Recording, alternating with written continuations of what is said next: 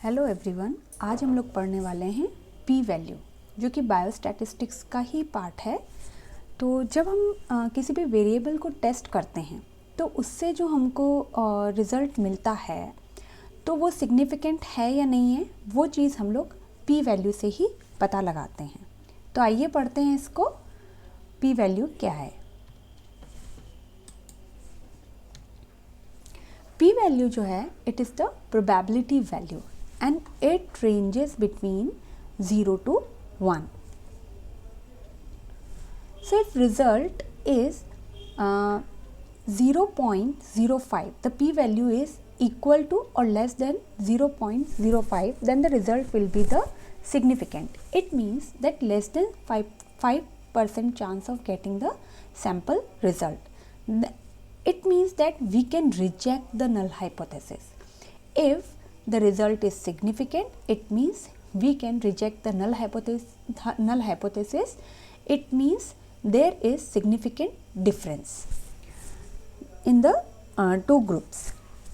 And if the result is equal or less than 0.10, then it is said to be the marginally significant. ठीक है, तब 5 to 10% of chance जो रहता है getting sample result. इस time पर हम लोग डायलेमा में रहते हैं कि हम लोगों को रिजेक्ट करना है या फिर एक्सेप्ट करना है, मतलब रियल है ये डिफरेंस या फिर चांस की वजह से। लेकिन अगर जो डिफरेंस है, जो पी वैल्यू है हमारी, वो 0.10 है या उसके इक्वल है या उससे ग्रेटर है, तो रिज़ल्ट जो रहेगा वो इनसिग्निफिकेंट है। मतलब कि हम लोगों को एक्सेप्ट करना पड़ेगा नल हाइपोथेसिस को, मतलब कि there is no difference in between the two groups. तो आगे और इस चीज़ को हम क्लियर करते हैं। अब क्या रहता है जो हमारा नल हाइपोथेसिस है। नल हाइपोथेसिस क्या रहता है कि भाई हमने ये एज्यूम कर लिया, ये हमारा एजम्पशन है कि कोई भी डिफरेंस नहीं है दो ग्रुप्स के अंदर। तो हमारा डिसीजन क्या रहेगा कि हमको इसको एक्सेप्ट करना है या हमको रिजेक्ट करना है। अगर हमारा नल हाइपोथेसिस सही है, ठीक है, और हमने उसको एक्सेप्ट कर लिया, तो ये हमारा डिसीजन करेक्ट रहेगा। लेकिन वो सही है और हमने उसको रिजेक्ट कर लिया, तो हमने जो एरर की है वो है टाइप 1 एरर, जिसको हम अल्फ़ा से भी डिनोट करते हैं। और ये जो रहता है, ये सिग्निफिकेंस लेवल ऑफ टेस्ट रहता है, जो कि हम आगे और चार्ट में देखेंगे। अब नल हाइपोथेसिस हमारा फॉल्स है, ठीक है, और हमने उसको एक्सेप्ट कर लिया, तो ये जो एरर हुई है वो टाइप 2 एरर होती है, जो कि बीटा है। और ये रहता है related to the power of test, जो कि 1 माइनस बीटा रहता है। ठीक है, तो टाइप 1 और टाइप 2 एरर जो रहता है, ये वाइवा पॉइंट ऑफ व्यू से बहुत इंपॉर्टेंट होता है, क्योंकि इस पे क्वेश्चन ज़रूर पूछा जाता है। अब नल हाइपोथेसिस फॉल्स है, ठीक है, और हमने उसको रिजेक्ट कर लिया, तो हमारा डिसीजन जो है वो बिल्कुल करेक्ट है। ठीक है, तो ये टेबल हमको पता होनी चाहिए कि हम लोगों को क्या डिसीजन लेना है। अब जो अल्फ़ा और बीटा जो हमारी एरर्स थी, ठीक है, वो इन्वर्स रिलेशनशिप में रहती हैं। मतलब कि एक एरर अगर कम हुई है तो दूसरी बढ़ेगी, ये हमको ध्यान रखना है। अब ये जो कर्व है, ये नॉर्मल डिस्ट्रीब्यूशन कर्व है, जो कि हमने बायोस्टैटिस्टिक्स पार्ट 1 में भी पढ़ा था। तो ये जो चीज़ रहती है, ये कॉन्फिडेंस लिमिट रहता है। तो ये वाला हिस्सा अल्फ़ा हो गया और ये वाला हिस्सा जो रहता है पावर ऑफ द स्टडी के अंदर, ये वाला बीटा हो गया। तो ये पूरा जो रहता है वो 1 माइनस बीटा रहा, और ये वाला जो पूरा हिस्सा है वो 1 माइनस अल्फ़ा रहा।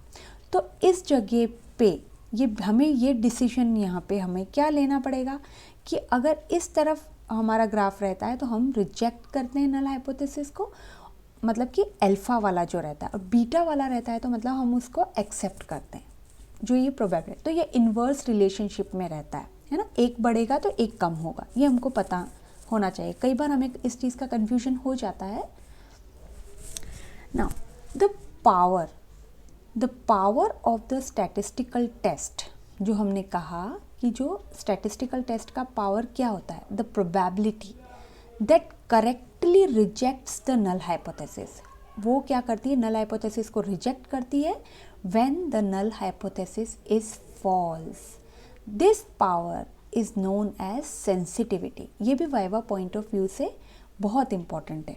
मतलब कि हमने नल हाइपोथेसिस को रिजेक्ट कर दिया जब वो फॉल्स था। तो ये वाला हिस्सा हम लोग सेंसिटिविटी में भी कह सकते हैं, ठीक है ना। तो ये, और हम स्पेसिफिसिटी सेंसिटिविटी वाला जब वीडियो अपलोड करेंगे तब आपको ये चीज़ और ज़्यादा क्लियर हो जाएगी। पर ये ही कहा जा सकता है कि जो प्रोबेबिलिटी है कि वो रिजेक्ट कर दे नल हाइपोथेसिस को, जब नल हाइपोथेसिस फॉल्स होता है तो वो पावर होता है।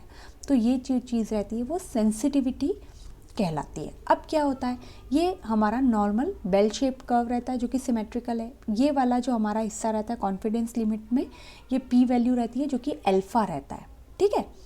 अब प्रोबेबिलिटी कर्व का ये जो पूरा एरिया 1 होता है, ये तो हमने पहले पढ़ा था। अगर नहीं है तो आप उसमें देख सकते हैं हमारी बायोस्टैटिस्टिक्स पार्ट 1 के अंदर। और ये जो अल्फा होता है ये हमारा लेवल ऑफ सिग्निफिकेंस है, मतलब कि ये एरिया रिजेक्शन एरिया रहता है ना। ये जो ब्लू कलर का जो हम लोग ये दोनों तरफ देख रहे हैं ये हमारा रिजेक्शन एरिया। ये एक तरीके का एग्जाम्पल है टू टेल टेस्ट में, मतलब दोनों साइड टू डायरेक्शनल है ये, ठीक है। अब ये सेंटर वाला जो एरिया है ये एक्सेप्टेंस एरिया होता है। अगर ये अल्फा है और हमने बोल दिया कि ये इसका पूरा एरिया जो है 1 है, तो ये वाला और इसमें से अगर हम माइनस कर देंगे तो हमारा ये वाला एक्सेप्टेंस एरिया आ जाता है। तो ये चीज़ भी हमको पता होनी चाहिए कि भाई लेवल ऑफ सिग्निफिकेंस क्या है। ये वाला जो रिजेक्शन एरिया और सेंटर वाला जो एक्सेप्टेंस एरिया रहता है वो कॉन्फिडेंस लेवल होता है, क्योंकि 1 माइनस अल्फा होता है। कई बार हम इस चीज़ में कंफ्यूज हो जाते हैं ना। अब ये वाला हमने अभी पढ़ा, अभी हमने देखा था कि भाई ये वाला, अब हम देखते हैं कि भाई ये अल्फ़ा है। अल्फ़ा मतलब कि या तो लेस देन है या इक्वल टू 0.05 है, तो ठीक है, ये रिजेक्शन एरिया रहता है। तो इस तरफ हम नल हाइपोथेसिस को रिजेक्ट करते हैं, और इस तरफ अगर हमारा अल्फ़ा आता है, मतलब कि ग्रेटर आया, पी वैल्यू अगर हमारा ग्रेटर है तो हम लोग नल हाइपोथेसिस को एक्सेप्ट करेंगे। अगर अल्फ़ा हमारा कम है, मतलब हमारी पी वैल्यू अगर कम आई है, तब हम रिजेक्ट करते हैं, और अगर ज़्यादा आती है तो हम उसको तब हम उसको रिजेक्ट नहीं करते हैं, हम उसको एक्सेप्ट करते हैं। तो ये चीज़ भी थोड़ी कंफ्यूजिंग रहती है जो हमको पता होनी चाहिए। तो ठीक है, अगर आप इस चैनल पर नए हैं तो प्लीज़ इस चैनल को लाइक और सब्सक्राइब कीजिए, और अगर आपको ये वीडियो पसंद आती है तो प्लीज़ इसे लाइक एंड शेयर ज़रूर कीजिएगा। Thank you.